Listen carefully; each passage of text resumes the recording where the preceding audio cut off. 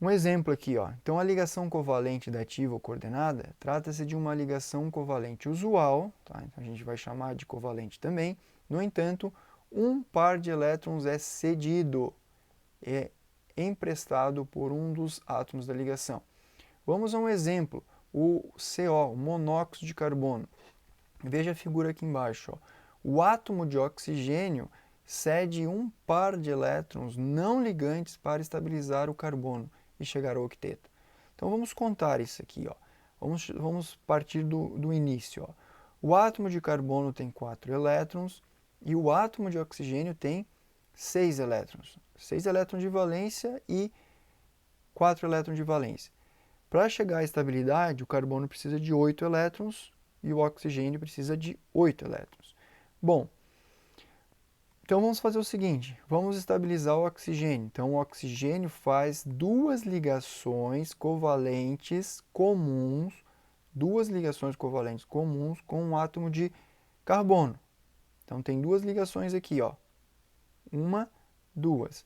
Contando os elétrons, 1, 2, 3, 4, 5, 6, 7, 8. Fechou 8 elétrons para o oxigênio.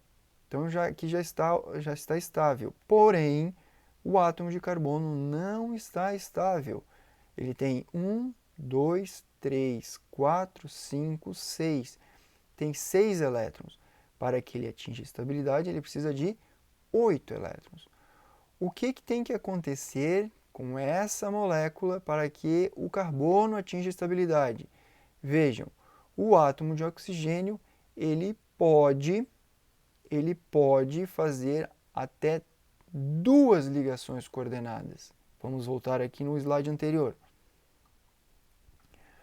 O átomo de oxigênio da família 16, ele pode fazer até duas ligações coordenadas.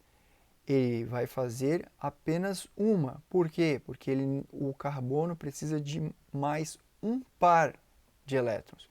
Portanto, ele está representado aqui como uma flechinha apontando para o carbono. Quer dizer que o oxigênio está emprestando esse par de elétrons para o átomo de carbono para que ele atinja a estabilidade.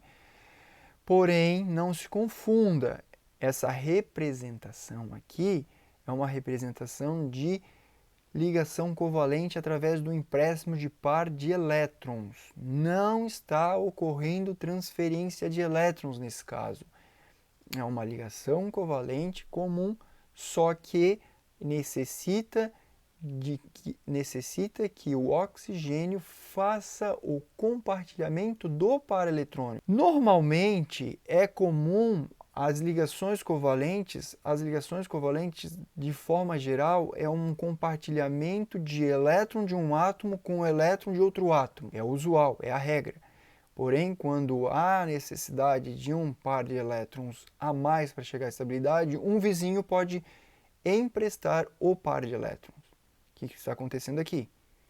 Então, ligação covalente é o compartilhamento de par eletrônico. Esse par eletrônico pode ser um elétron de um átomo e um elétron de outro.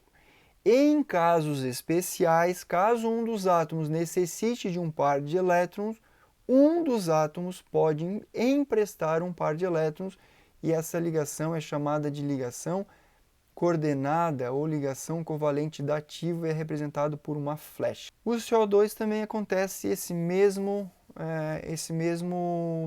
processo.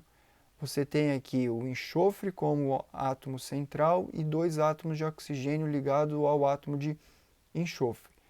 Vejam que todos os três átomos aqui são da mesma família, são da família 16. Todos eles têm 6 elétrons. Vejam que o átomo de oxigênio do lado esquerdo já conseguiu fazer o octeto. Ele atingiu a estabilidade com 8 elétrons. 1, 2, 3, 4, 5, 6, 7, 8.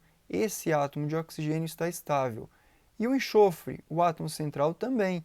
1, 2, 3, 4, 5, 6, 7, 8. 8 elétrons, ele também está estável. Quem não está estável é o oxigênio. O átomo de oxigênio que tem 6 elétrons. Para que ele atinja a estabilidade, ele precisa de mais 2 elétrons. Mas não é mais possível fazer ligação covalente comum. Por quê? Porque os átomos vizinhos já estão estáveis. Não é possível passar. Não tem mais elétrons disponíveis para fazer a ligação covalente comum. Então, o enxofre vai fazer uma ligação covalente dativa, emprestando um par de elétrons para o oxigênio. E ele é representado por uma flechinha que está representado aqui e destacado em amarelo. Logo, nós temos essa fórmula estrutural para o CSO2. Vejam que nós temos uma ligação dupla entre átomo de oxigênio e enxofre e uma outra ligação simples com outro átomo de oxigênio. Todo esse raciocínio está baseado numa regra, que é a regra do octeto. A regra do octeto vai ser tema das próximas aulas.